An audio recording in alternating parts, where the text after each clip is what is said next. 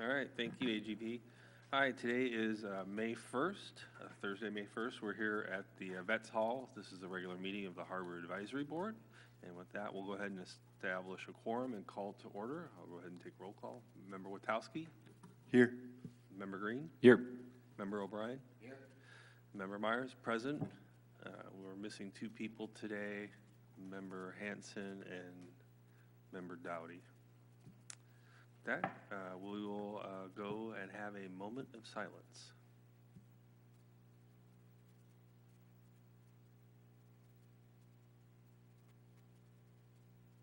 Okay, with that, Member Brian, will you lead us off in the Pledge of Allegiance, sir?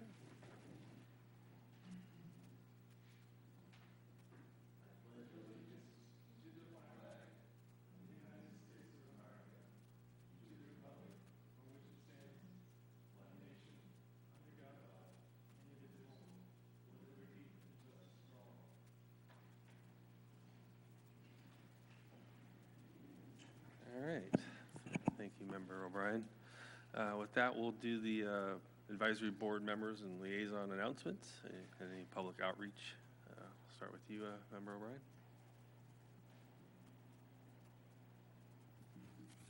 Yeah, thank you very much, Kel. Let's see, got to put my. So last weekend we had the blessing of the fleet. It was a normal-sized crowd. We're very happy with the results. We fed 75 people at the Vets Hall here after the ceremony. It was a lot of fun. And I'd like to mention, well, I've got the chance to, at the end of this month, there's a Lost at Sea ceremony, and it's the Morro Bay Commercial Fishermen's Organization has a hand in putting it on. Actually, my wife Trudy is the one who spearheaded it and was one of the founding members. But it's for those lost at sea. It's in Cayucas from 3 to 4 in the afternoon. It's only 1 hour, and that's on Memorial Day, the 26th, so at 3 p.m. But anyways, that's it's been, geez, I think it's 22 years now that's been going on. So if anybody gets a chance, please circle that date, the 26th, 3 p.m. in Cayucas. I think it was announced last meeting that there was no salmon season this year. There might be an abbreviated recreational season, but there is no commercial season, so the cost of salmon is going to be pretty high if you buy it. And this will be the third year in a row with no season. And just a quick note too, May 19th at 5:30 at the Bay Theater, there Morro Bay Maritime Museum is putting on a movie there called Devil's Jaw, and that is about the event down at Honda, this side of Point Arguello, when we lost a bunch of our Pacific fleet, the largest peacetime naval disaster, I know, in U.S. history. Might be the history of the world as far as costs go, but anyway, so it's the movie's going to be on 5:30 at the Bay Theater, and I recommend it for anybody. It's a lot of history of our area. It's a documentary type. Thank you. What day was the movie? Pardon? What day was the movie? May 19th, 5:30 p.m.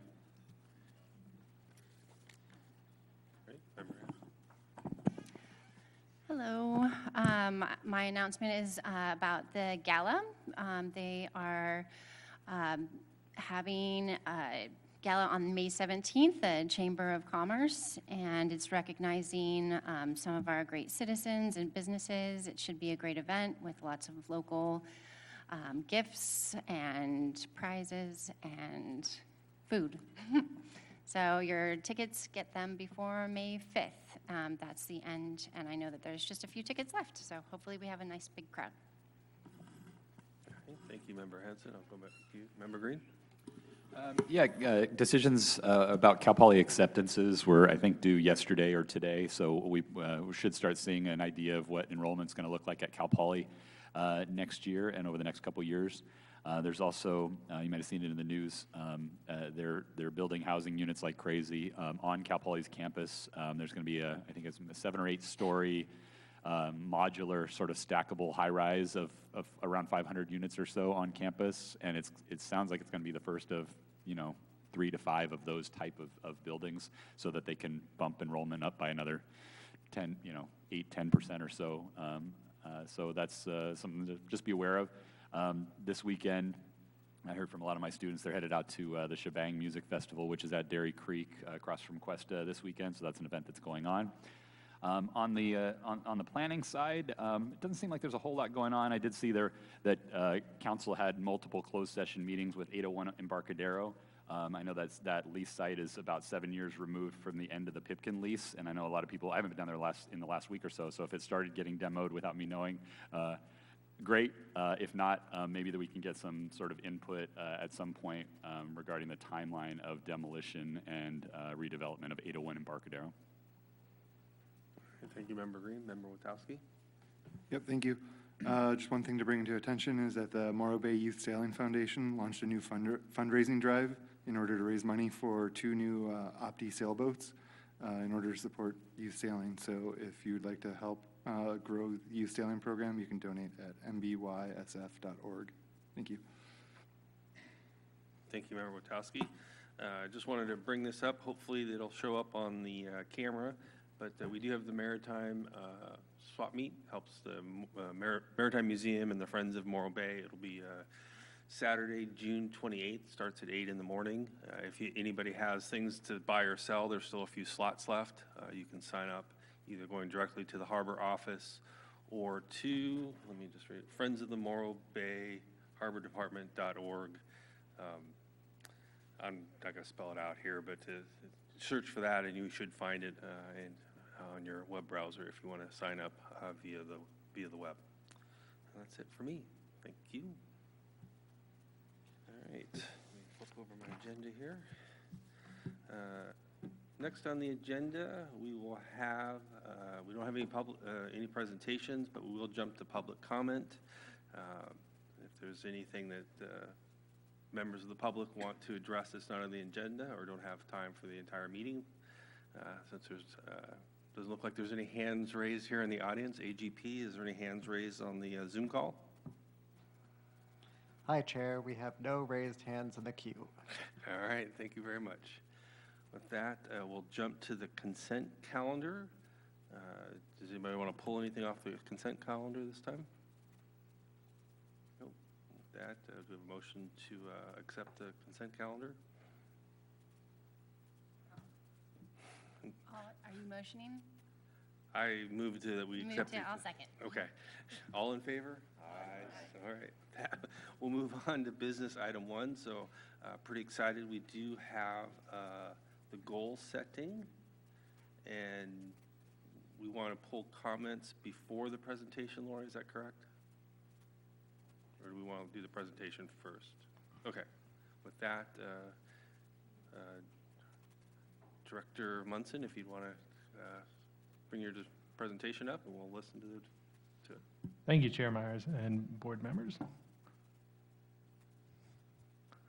So today we're going to be going over the goal setting that the council had done and kind of how the HABS action items from back in March kind of fit into that, and how we've made them fit into the objectives that the council had set. So at the end of March, City Council had set 3 main goals. These are to carry us through the next 2 years from 2025 to 2027. And they were economic vitality and fiscal health, infrastructure resiliency, and El Morro Elementary. Of those, we fit into the first 2 of them, economic vitality and fiscal health, and the other one, infrastructure resiliency. Within those, there was a subset of objectives, and we thought that we fit the most cleanly into revenue enhancement and harbor infrastructure. So just kind of going back to what the advisory board discussed back in March, we kept stay engaged with the offshore wind. We're looking at grant opportunities for the boat ramp. That's going to be a high-cost project, and we've kind of separated that into 2 phases now. A pilot program, or just a parking program for the boat launch, and the rock parking, and then fully incorporate the lease management software and pursue funding opportunities for the North T Pier and revetment. And so what we've done is we've kind of whittled those down into budget items and proposed action items. And what we have there is the seek grants for the long-term boat ramp repairs. There's quite a few different grants that we could go after for that. One of the challenges with just doing it out of the general fund is that it's going to cost quite a bit. They're likely going to have to put in a cofferdam to be able to, if we are to do a concrete ramp and extend it. Also, there's just challenges with the parts that have undermined underneath the ramp, and it's going to be a sizable project. So we're definitely going to want to seek assistance on that. Again, this is the Harbor Department is related to this, but this is a multi-department task, and that's to continue developing the paid parking program at the boat launch and the rock parking lots. And then this leads into our next discussion item, which is our business item, which is that we're recommending that the advisory board create a committee to discuss the licenses and our other revenue generating opportunities for the Harbor Department. And don't worry, you don't have to memorize all these. I'll recap them as we go. But for the infrastructure and resiliency for harbor infrastructure, we're looking at the immediate repairs to the boat ramp to be undertaken within the next few years. The facilities inspections of lease sites and public areas, to refurbish or replace the lights posts on the Embarcadero, and to address the mooring inspections and engineering needs, and to assess the feasibility of the State Park Marina dredging.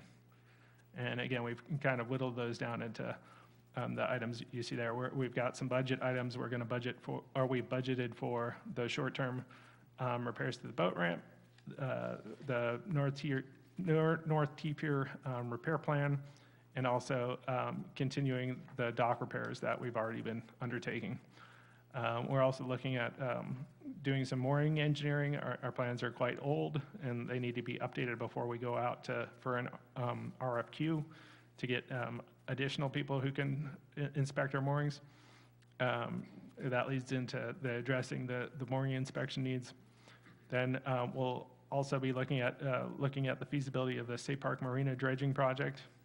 And then we're going to continue with the maintenance and repair program that we've already begun, and keeping conversations with PG&E regarding the light posts on the Embarcadero and the surrounding areas. So here's kind of a recap of what we've completed in the last couple of years. Since in my short time here, I've seen a lot of movement on this. They just replaced the Beach Street docks, which was neat to see. Down at the Tidelands dock, we just repaired. There was some sagging in the dock, and they replaced a lot of floats there, and we just put in the pump out and continue to work on that. The boat launch docks, the 2 docks that surround the boat ramp, those got repaired, as well as the slips that are right by the boat launch docks. That's about 75% complete, and we're looking at continuing that. The inspection program started. We hope to get through quite a bit of that this next year. We had a very successful turnout with our SAVE program. This is where we demolished 10 boats total. and 8 through the grant. We also had a couple other private ones that weren't eligible for the grant, but they got their boats demolished at the same time. And that's just really helpful to kind of keep derelict boats out of the harbor, which can end up being quite a nuisance. The North T Pier, the assessment was complete. A few years ago, we had done an initial assessment, and at the end of 2023, they did a dive inspection, and then they produced the report in early 2024. And this kind of gave the full scope of the damage for it. And so with that information now, we'll be looking at doing a repair plan, which will tell us, what exactly needs to be repaired, and that will help with fundraising efforts. And then with the revetment, we also just got the draft report on that recently, and that was presented at our joint meeting last time. And then we just kind of finished the last pieces of the harbor office remodel. There were, when I first got there were just some cubicle walls between partitions in there between some of the office spaces, but we put in some more formal walls, which kind of gives it a real office feel. So that's nice. I'll just go through some of the pictures. There's some of the new Beach Street docks. Those were all replaced since I've been here. So we're looking at, we might have to wait a bit on this, but we're looking at options for replacing the gangway to that as well. These are the Tidelands docks. If you notice in the middle portion, it's a bit darker, so that was all replaced, and the floats under there were replaced as well. Some other floats were placed in other places as well, and you can kind of see down at the base of the gangway, that's the location of the pump out station. And there were some, in the consent item, there were some pictures of that. But that will be nice once it's done, because you will have both an opportunity where you can either use the pump out or you can use a dump station, and it will go through a, what's it called, a clarifier, so that if somebody puts in a screw into it, that when they're using it for its unintended purposes of cleaning out their bilge or whatnot, it will filter out the screw before it goes through the pump, which would severely shorten the life of the pump. So that's all good news, and that was grant funded. With the boat launch and docks or the slips, my understanding is all the ones on the left side. Is that right, Lori? All the ones on the left side have been replaced? No, No? Okay. there's about 4 that still need work. Okay, so there's still 4 that need to be worked. So we're going to continue this work, and then if you look around the launch ramp itself, those piers have been replaced as well, or docks. And then here's the 2 reports that we had completed, and there's a couple pictures from the recent boat demo. So going on to where we're going from the future, we're looking at those grants and I'll just go through, but this is just kind of a recap before we get into it. So for the long-term repairs, that's going to be a sizable project, and we really can't, I'm kind of jumping the gun because it's in goal 2, but we can't really wait for those long-term repairs to happen. We really need to do some action immediately, because those grants can sometimes take multiple years. When I got at Port San Luis, when I got a dock replacement grant, from start to finish, it was probably about 8 years. So it's not something that is just going to happen overnight. So what we're looking to doing with harbor funds is repair the top section of the dock and get some more traction on that ramp, just so that we can get through for the next few years until we can do this more significant repair.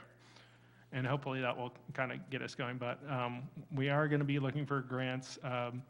We had previously had a grant with Division of Boating and Waterways for $250,000. one of my predecessors had turned that down because the improvements that were going to be needed to actually achieve the goals of that grant were going to far exceed, where we're going to spend more on being able to comply with the grant than it was actually going to go towards the project. So we're looking at alternatives. There's some new funding through I believe it's through Department of Fish and Game, and then there's also Wildlife Conservation Board as well as Coastal Conservancy. So there's a few pockets of money out there that we could definitely do, and there's definitely a need for public access and grants associated with them. With the funding opportunities for the T-Pier, we're looking at, we've already secured about 1.5 million through a grant that, some federal funding, which Salud Carbajal was instrumental in getting for us. We're looking to add to that. Right now, the estimates for the T-Pier fluctuate greatly. The condition assessment report had said that it was somewhere, I think, between 3.5 and 5.5 million. But then it said that to complete everything wrong with it, it was going to cost in the neighborhood of 10 million. And so we're looking at somewhere between that, like 5 and 10 million. So we're looking at about $7 million that we need right now, or that's at least what we're targeting. And if we have to get something lower than that, then we can make do. But the good news is well, not necessarily good news, but we did get some promising news that there is an amount of money at the federal level that has opened up recently that we could potentially be eligible for. So fingers crossed, but yeah, we can't celebrate until we actually get it. What happened? Oh, hitting the wrong button. That doesn't help. And so another thing we're looking at right now is this is a continuation of the parking plan. It had mentioned that one of the things that we should look at doing would be collecting fees over the rock. This would be, the funds that would be used for this would be for the betterment of the rock, and also to relieve congestion, and also to provide safety out there. Since COVID, we've had, it seems like it's been happening a lot more recently. There's times when it takes hours to get away from the rock, or to and from the rock, because there's just so many people out there. And so collecting fees for this would not only help reduce some of that congestion, but also would allow us to do some, pay for some of the amenities out there. Like we have lifeguards out there, we have restrooms out there, and we have to continually put down new material for the surface, and having funds for that would help us be able to do that more frequently and provide some amenities. So we're right now just assessing options, but we'll continue doing that over the next fiscal year. And then this is sort of a topic for the next discussion item, is we want to look at licenses and other forms of revenue generating opportunities. So licenses are different from leases in that they don't have a brick and mortar location. They don't have a permanent location. They're kind of mobile. Even though we likely wouldn't consider this at this time, food trucks is a type of a license, but there's also things like boat charters. The mobile sauna that is shown there, that was one of the licenses that we started since I've been here as sort of a pilot project. These are things that we would hope enhance the visitor experience, and that's why we thought it might be a good idea to get a committee going, just so that we can hash out some of these ideas, what's going to work, what's not going to work. And so this is just kind of a recap of what the goal and objectives were. And I'll just go through them real quick. So again, we're looking at the short-term repairs, just replacing that top third section, and then getting some traction on the bottom to get us through the next few years. With the North T-Pier, we're looking at doing a repair plan this year. Getting a project that's close to shovel-ready as possible is really helpful when trying to get grant funding. A lot of granting agencies don't want to risk funding it when they only have a limited pool of money. They don't want to risk giving money for a project that is just conceptual and might not work. So if you can get a repair plan and hopefully get permitting for it, then you're as close to shovel-ready as possible. And so that's kind of the next step in this project. We're going to continue with those storm recovery dock repairs.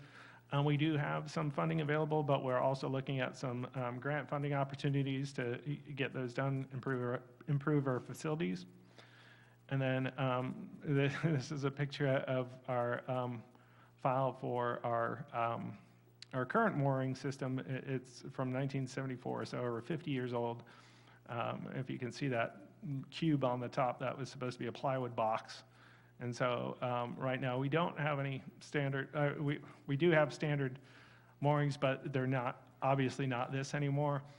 And what we're trying to do is get an engineered mooring system so that when we do go out to RFP or RFQ for mooring inspections, everybody's playing on the same level, and there's expectations, and it will also help with our liability. We're looking at assessing the feasibility of the state park marina. We've already made some good strides with this. We've been talking recently with regulatory agencies regarding the feasibility for this. We're looking at doing some sediment sampling once we've identified a project. And we have a couple options. We haven't gotten a firm no yet, so that's promising. And yeah, we're just taking it one day at a time with that. It's going to be a long process, but there's at least some hope of being able to do it. This is kind of a little pet project of mine. One of the things I noticed when I got here was the condition of the light posts. I'm looking at getting them refurbished or replaced. Ends up that they're owned by PG&E, and we have been getting some traction with that. And our mayor actually has been very supportive of that and has been helping out with that. So that's been great. Right now we're kind of in a holding pattern. Our PG&E representative has changed location, so they're onboarding a new one. But so far, we've been getting some promising feedback from PG&E. And a lot of times with light post replacements, they'll just kind of offer you a standard one, and then you pay the cost differential if you want like an ornamental one. So hopefully we'll be able to get some traction with that and get some options for us. This is just kind of a recap that we went through. One of the things that I didn't touch on, let's see, it was the inspection program. So yeah, we've completed we've completed identifying our first round of inspections, and we also had sent out to all of our master leaseholders a letter just kind of requesting for what repairs that they were going to be doing in the next fiscal year. And this will just help us because it will let us know what they're planning on doing, but also we're not going to ding them for something that they're already planning to repair. So yeah, I'm hopeful that this can be a collaborative effort, and I'm not going to be going out there and writing citations from the get-go, but I think it's good to get awareness, and it always helps having an extra set of eyes, because if you're doing the same thing every day, you don't always notice things that everybody else does. So I'm hopeful that will be successful. And with that, that concludes my presentation, and I'll be happy to answer questions and receive feedback from the board. Thank you, Director Munson. Just from a logistics perspective, because we have to weave this into public comment, so this will be the questions. After we conclude the questions, we'll open up public comment, and then we can discuss it internally. But so with that, any questions? I have a few for Munson. I'll let you guys go first. Nope. Go ahead, Greg. Yeah, two questions. One, the presentation that you just put together, is that staff's like application of council's goals, or is that like a council-generated presentation? No, I created that presentation. Okay, Just for you guys. Okay. Yeah. And the other question was about the inspections, whose jurisdiction that is, and what did that entail with the waterfront leaseholders? So the inspections, so we're looking at both the public areas and the private areas, but we're not looking on the inside of the buildings. So it would just be mainly going out on the outside of what can be seen from public view, what are in the publicly accessible areas, and then it's basically not a checklist, but looking at condition of paint, condition of roof, condition of sidewalk, and then supplying that list to the leaseholder at the end to just show them what we're looking at, and then we will be keeping these on file, and so if we've reminded a leaseholder over time, hey, you've had this issue here for 2 years and it hasn't been addressed, then that's when we're looking at enforcement. But on the other side of that, we also have the public areas where there are quite a few deficiencies on the public areas as well, and that we need to address. And so that's why in the beginning we're going to be really focusing on the public areas first, because I don't want to be pointing fingers at anybody when we're not taking care of our own stuff. Thank you very much. Member O'Brien? Yeah, Chris, I was just wondering, has anybody explored possibilities for the launch ramp as far as temporary fix or something like that? Are you talking about the boat launch ramp? Yeah. Yeah. So we got some initial estimates on it, and we do have funding budgeted for that this year. And so we're looking at the top portion of the ramp has a bunch of exposed rebar and metal, and then for the lower part of the ramp, there used to be traction marks in it that have kind of eroded away over time. And so we're looking at having some of those set back in and then re-pour the top portion of the ramp. And because that's out of the water, it should be less complicated than replacing the rest of the ramp. So that should at least get us through the next few years. Does that answer your question? Or Yeah, absolutely. Thanks, Chris. You're welcome. Tracy, any questions? I kind of have two. For the phase 1 and phase 2, again, this would be estimates, how long would the boat ramp be out of service? So the first part would be maybe a week, but phase 2 could be months? It's hard to say. I would imagine with the phase 1 repairs, I think it can go relatively quickly. The second phase, it depends on what technique that they use, because my understanding is that you can do it where you do it as in like you can precast the sections and then put them in place. But if you're recasting it in place and extending it, then you're having to build a cofferdam and de-water it, which I would imagine will take quite a bit of time just setting the forms.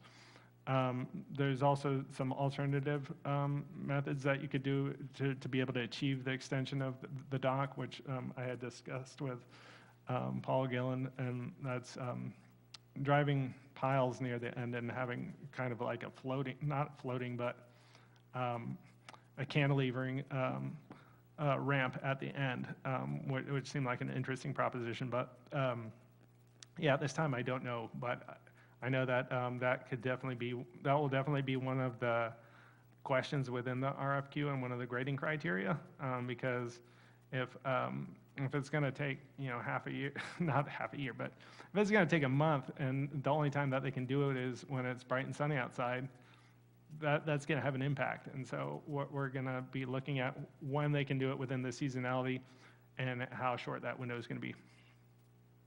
All right, thank you. The second question, it wasn't on here, if it's not appropriate to ask this time, but the area by the gas dock has been closed for some time. I mean, it kind of falls under the inspection, but if it's not appropriate to discuss at this point, we can save it for later. That area is private, so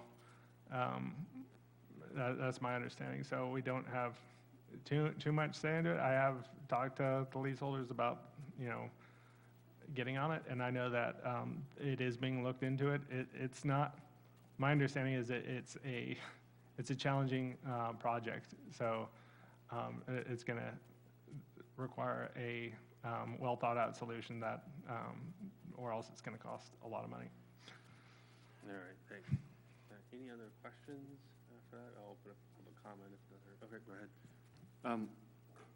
What role do you see the harbor playing in enforcing parking at the Rock? Is it just monetary benefit, or is there actual role?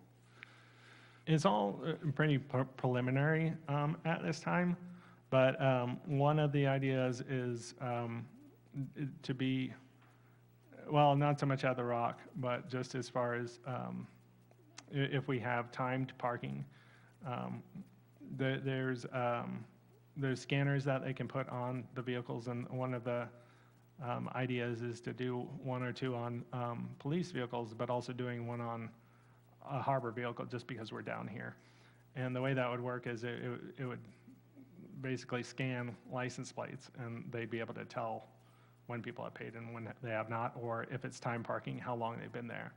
And it will just kind of give you an indication once you pass it that that person's in violation, and it prints out a ticket automatically. So there could be an involvement with Harbor Patrol with that. I have one more. Yeah, we mentioned licenses for the mobile businesses. Food trucks is one of them that you mentioned isn't covered today. What authority do food trucks have to operate on things like the Kite Festival right now, or other special events? Is it a special permit, or is it something completely different?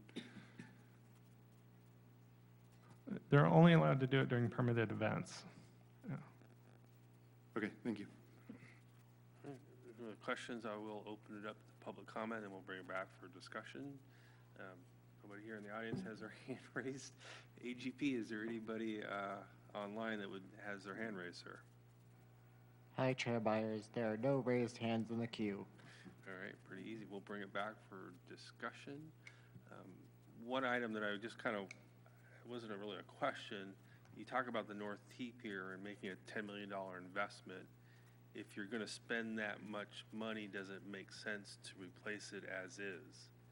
Because, from a business case, it's hard to justify spending $10 million. You'll never get $10 million back from it.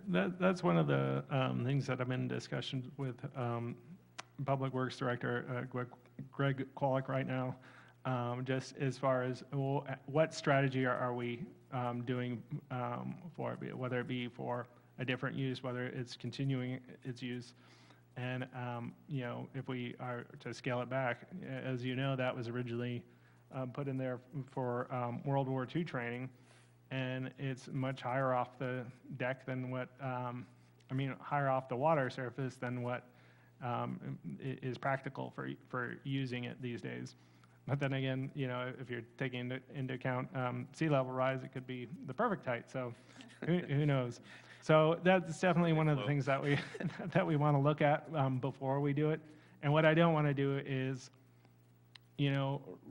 replace it or repair it as is or to some other use when we haven't figured out what that next possible use is. So there's still a bit of thinking that needs to go into it before we go out to look for an engineer to do that repair plan. Right, and just along those same lines, if the North P Pier, if you just kind of, it disappeared tomorrow, just looking at the picture, you guys don't actually physically use the T Pier for Harbor Patrol nor Coast Guard use. Is that a correct statement? I mean, there's a little shack on top there, but you guys don't tie up to the North T Pier. So we do and don't. The dock system that is currently there, which the Harbor Patrol and the Coast Guard uses, is affixed to the pier, but they're not using it in its conventional sense. Similarly, there's a fish and wildlife vessel on the western side of the T-pier, which is also secured to the T-pier, but they're also using a float between the T-pier and it. So it's not 100% necessary for the T-pier to be there. But as it is right now, we are using the T-pier, if that makes sense. Yeah, but not in a significant manner. That if you were to rip it out, there'd be minor accommodations you'd have to do. There is public access to it. It is used as a fishing pier, and one of our municipal codes is that the T-piers are to be used remain open for public access. So, yeah, I mean, it's a tricky question because, yes, we do use it, but at the same time, do we need it in its current configuration to do what we're doing now? I can't say that we do. Okay, thank you. Member Ryan? Yeah, I just wanted to mention there's a lot more issues too than its constant use, but I don't know what that T-pier and having that T-pier might have to do with our dredge funding and so forth, because that pier allows us to accommodate larger boats. It wasn't only a year or two ago when we had larger boats on both of the piers, when we had two tugs. Frank Loving's tugs were on the South Pier, and then that left only the T-pier for any larger vessels that came in. And that's a really good point. We do need to preserve I do believe that there's a strong reason to maintain capacity for larger vessels. I guess my point is that is a wooden pier at that height the best facility to be able to do that? And just because I know one of the reasons why boats are reluctant to tie up to it is because you're basically rubbing right up against all these mussels and barnacles that are on the side of the pier, and it's gonna mess up your gel coat or your fiberglass. And so there are other ways of doing that. Even if we use the same system, we can use a fendering system, which will give some distance to the boat, or kind of these bumpers that are on the side of the pier. So there are different options, but we definitely want to look at what option works the best. I think that with the current situation where people have to go down ladders where it's 15 feet off of the water, there might be some opportunities where we can do gangways or alternative ways to get to the boats, which might be more effective. All right, thank you. Any other discussion items?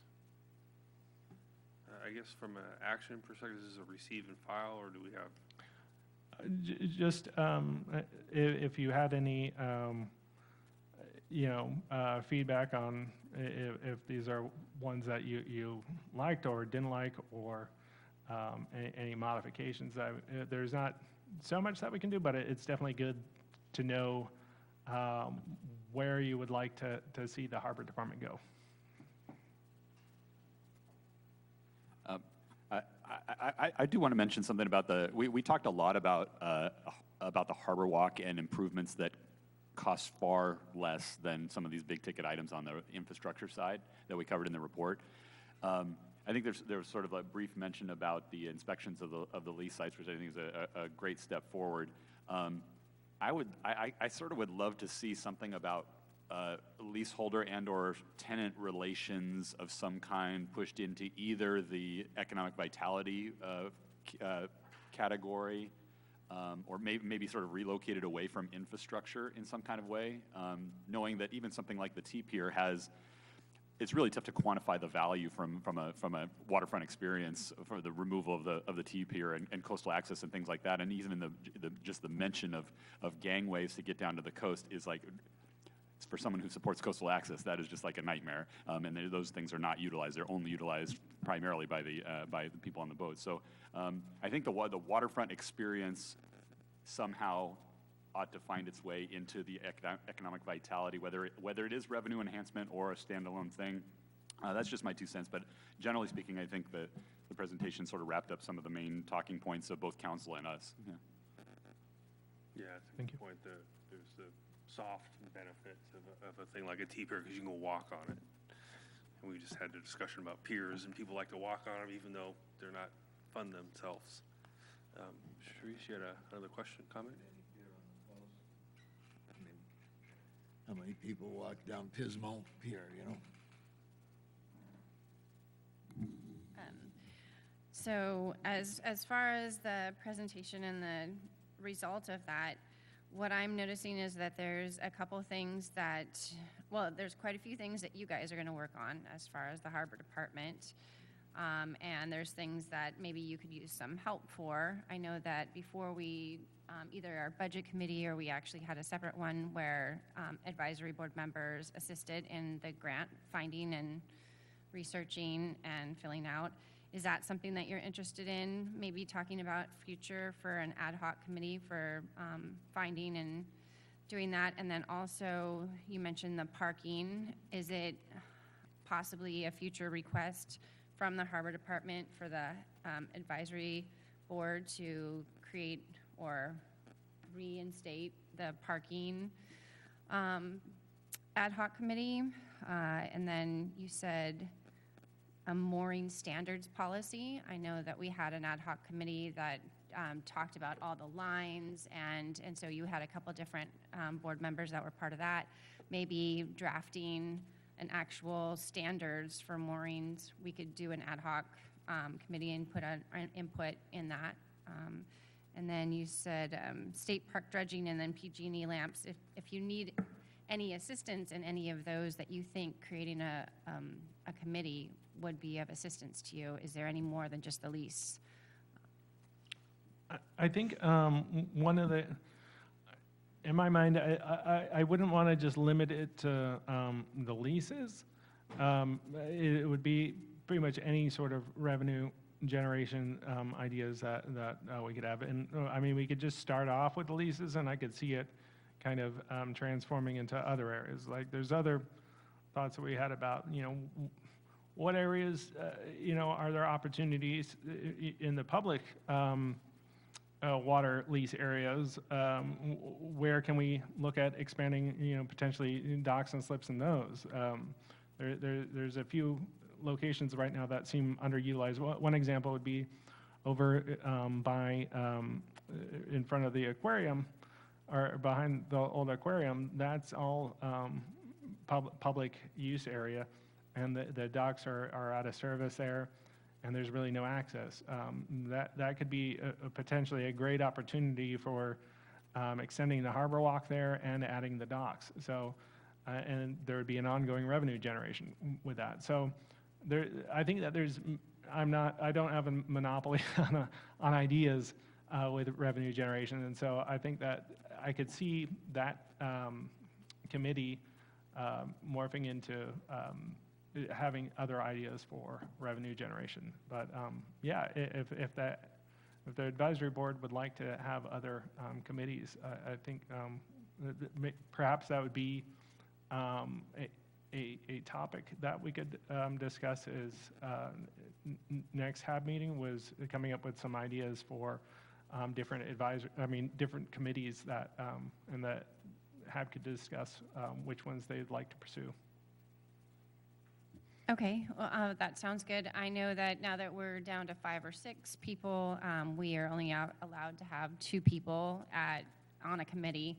And this seems like a really large thing to just put in, you know, finding more revenue from all the different sources. So, yeah, maybe we can chop some of these up into smaller pieces. So, you know, 2 members and 2 members can have 2 different things that they're working on, so you utilize us to the best of our ability. Understood. Okay. All right, thank you, Member Sharice. Member Green, any comments? Anything else? Yeah, so like I just want to mirror Sharice's enthusiasm. You know, we're here to help. That's what we want to do, and so that's why we've been clamoring for this. So, you know, we've got one here that we'll work on, and if we spin up one or two more topics that make sense, you know, get something done this calendar year to hang our hat on. We're here to help. It's going to be June, right? Here pretty quick. All right, with that, I think there's no other comments. We'll go ahead and just close up item B1. All right. We'll move to item B2, which is actually going to be an ad hoc. Yay, let's see, here it is. So yeah, the item B2 is consideration for an ad hoc to explore the license agreement as we talked about in the previous business item. Director Munson, do you have a little discussion on that before as we get started? Yeah, no, we've already talked quite a bit about it, and I think just one thing I just wanted to clarify is, you know, not only talking about the ideas of the ad hoc committee is not only to come up with ideas for potential lease sites, but kind of put the guardrails on, you know, what we can and cannot do. Like, what we don't want to do is do things that are going to hurt our existing businesses and, you know, take away from the visitor experience. And the idea with this would be to eventually, or one of the ideas would be to eventually go out to a request for proposals periodically. At Port San Luis, they would do it once a year, and people would have the opportunity to submit their plans for licenses, and then they would be reviewed and voted on. And then, you know, if there was one that didn't meet that criteria, then they wouldn't be able to, they wouldn't be granted a license. And so this would be kind of getting that framework for this RFP, what we like, what we don't like, what we want to see, what we're going to really prioritize. So with that, I'll turn it back to you. Sure, I have a couple questions. Do you want to go first? Or? Okay. Yeah, I guess from the boundaries, there's a type of businesses that you're looking at that obviously. Is there a geographical boundary? I know, like, for example, the sauna is kind of over by Coleman Park. Would this include, like, the Rock parking lot, the north of the river, you know, over by the RV park over there? Is there any sort of boundaries like that? Well, it'd be limited to the Tidelands. And so, but that would be one of the items for discussion too, is let's say you did like the idea of food trucks, but you don't want it to be on the Embarcadero.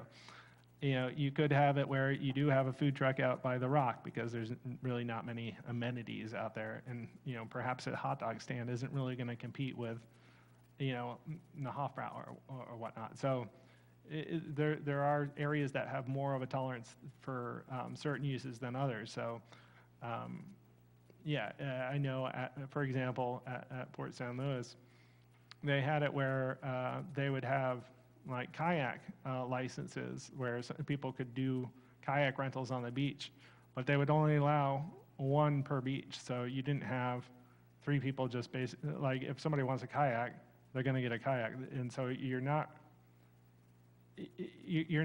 changing the carrying capacity in that, if that makes sense. It doesn't increase demand by having more kayak rentals. And so they're just hurting each other. And so that's one of those kind of discussions is you don't want to have necessarily three surf schools. They're just going to compete with each other. So yeah, there is locations and carrying capacities that you know you have to discuss. And a lot of this is going to be learned as we go.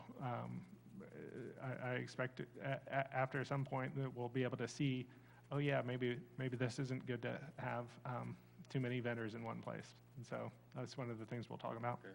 And then kind of along those same lines, there's sometimes like a maker's market there down by the Stacks restaurant, that little parking lot there. Is that something that would be included in that? No, I believe that's a special event permit. Okay. That's questions I have. Any others? I've got a follow-on question.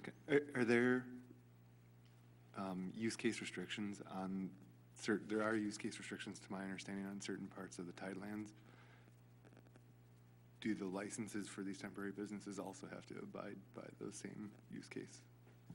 Yes, they would need to comply with the policies, but at the same time, if there are certain, like, one example would be, currently, we couldn't do a boat charter. Like, people, like, somebody, for a license, they could do a boat charter, but right now, there's currently nowhere where they could pick up because the launch docks are for public loading.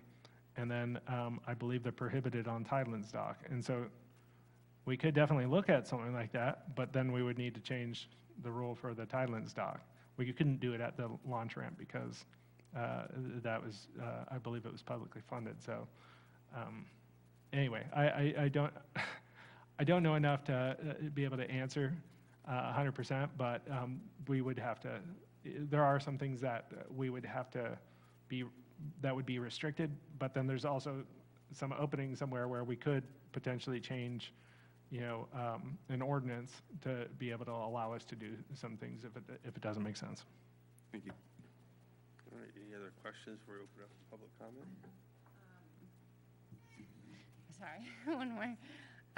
Just thinking about some of the people that would be affected by a license agreement on there. Is it something that should be included, or is it, are you amenable, or is the city council amenable? I'm just thinking about fishermen who sell off of their boat. Is there something already in place that they have that allows them to do that? I just don't, I wouldn't want to all of a sudden say that they would need this license agreement in order to do that, because I'd want it to remain the way it is. My understanding is fishermen are already allowed to sell off their boat. And Perfect, okay, yeah. Just wanted to make sure. whole fish, anyway, they Okay. can't fillet. All right, that's my answer. All right, if there's any other questions, go ahead and open up for public comment. I don't see any hand raised in the audience. AGP, does anybody have their hand up in the audience or on the call? Hi, Chair Myers. There are no raised hands in the queue. Heartbreaking.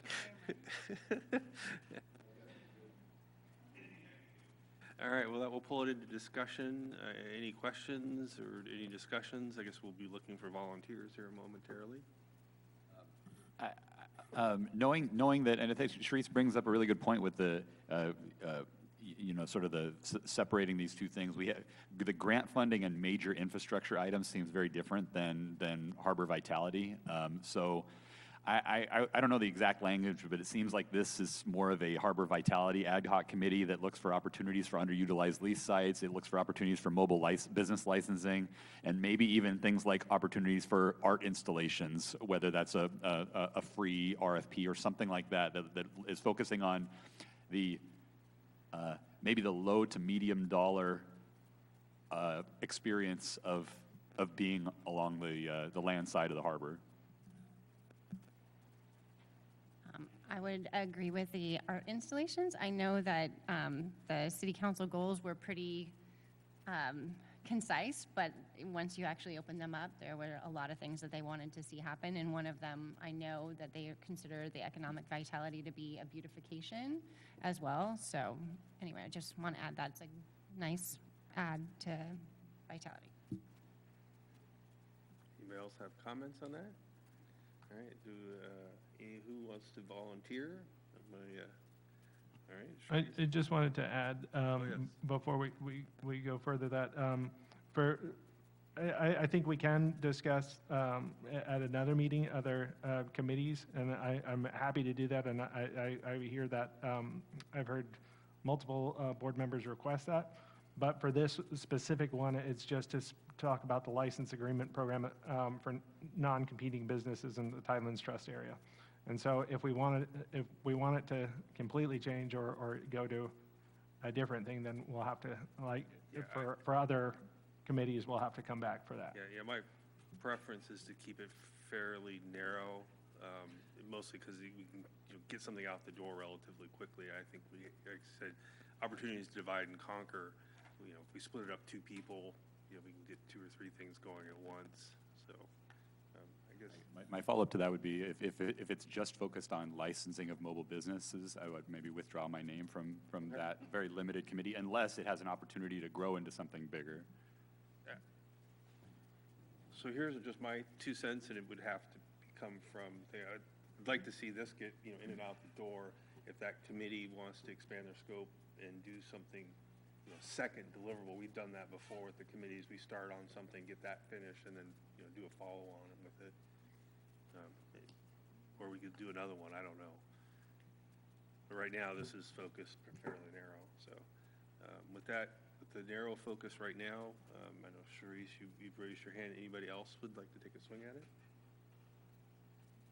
No?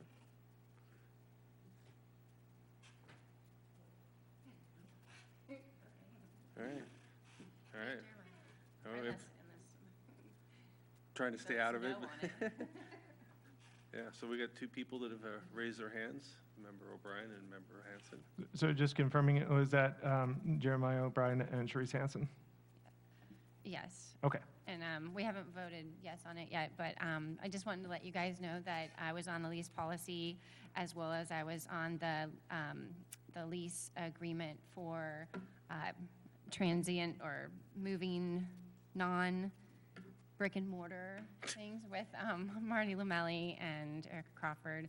And so I have a pretty good background, and so I think we'll have fun, Jeremiah. You get the brains. If that's okay with everybody, I would like a vote for yes. Thank you. All right. I guess we can have a formal vote on that one, right, Lori? All right, so I'll make a motion to nominate Member Hanson, Member O'Brien to the ad hoc committee to explore license agreement programs for non-brick and mortar, non-competing businesses in Highland Trust. Second? Yeah, I'll second that. All right, all in favor? Aye. Any nays? No? Are we cool, Lori? Who is Mr. Green. All right, that will then conclude item B2 on the business, from the business items. Then we'll look at the, if people want to run through the declaration of future agenda items. We have a handful on the list. Several of these, I think, would potentially be future ad hoc committees. Some of them, member Hanson mentioned earlier, parking, budget. We talked a little bit about deeper dive into the slip qualifications. I don't know if that's something we still want to do. Is there anything in here that we want to try to bring up on the next meeting in June? Burning desire for? Hopefully, Member Dowdy will be here. We can get a waterfront master plan update. I don't know if they have anything to report yet. I'm sorry? Oh. Oh, that's right, yeah. Oh, we have the waterfront master plan. I forgot you're on it as well. But I'm not as a person who reports to HAB. Yeah, different hat. But I guess when we meet in June, there should be some updates from Gene at that point. Okay. Anything else on the future agenda items that is burning a hole, or anybody want to add anything? Well, I mean, if we want to add, so we have parking ad hoc already. Knowing what we have for the goals now, perhaps we want to add a economic vitality committee that would encompass some of the things that members have been requesting.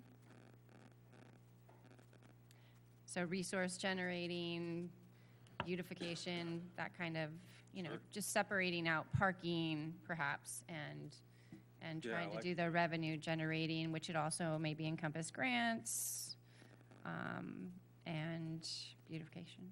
Okay, do we want to have those as all items under the ad hoc committee, or one ad hoc committee, or do you want to have them as separate items? I think what I'm saying is we just want to add one more future agenda, declaration of a future agenda item, so then you guys, when the executive meeting happens to figure out what the agenda items are for next meeting, you have the board members' request to make it a future agenda item. And so I'm saying to add a future agenda item of economic vitality ad hoc. Okay.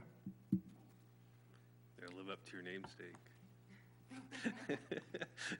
Yeah, because I think Member Green did a very good job of articulating it. It's more than, some of it is not necessarily, like beautification, and it's a broader category of things than just, looking at this very narrow topic.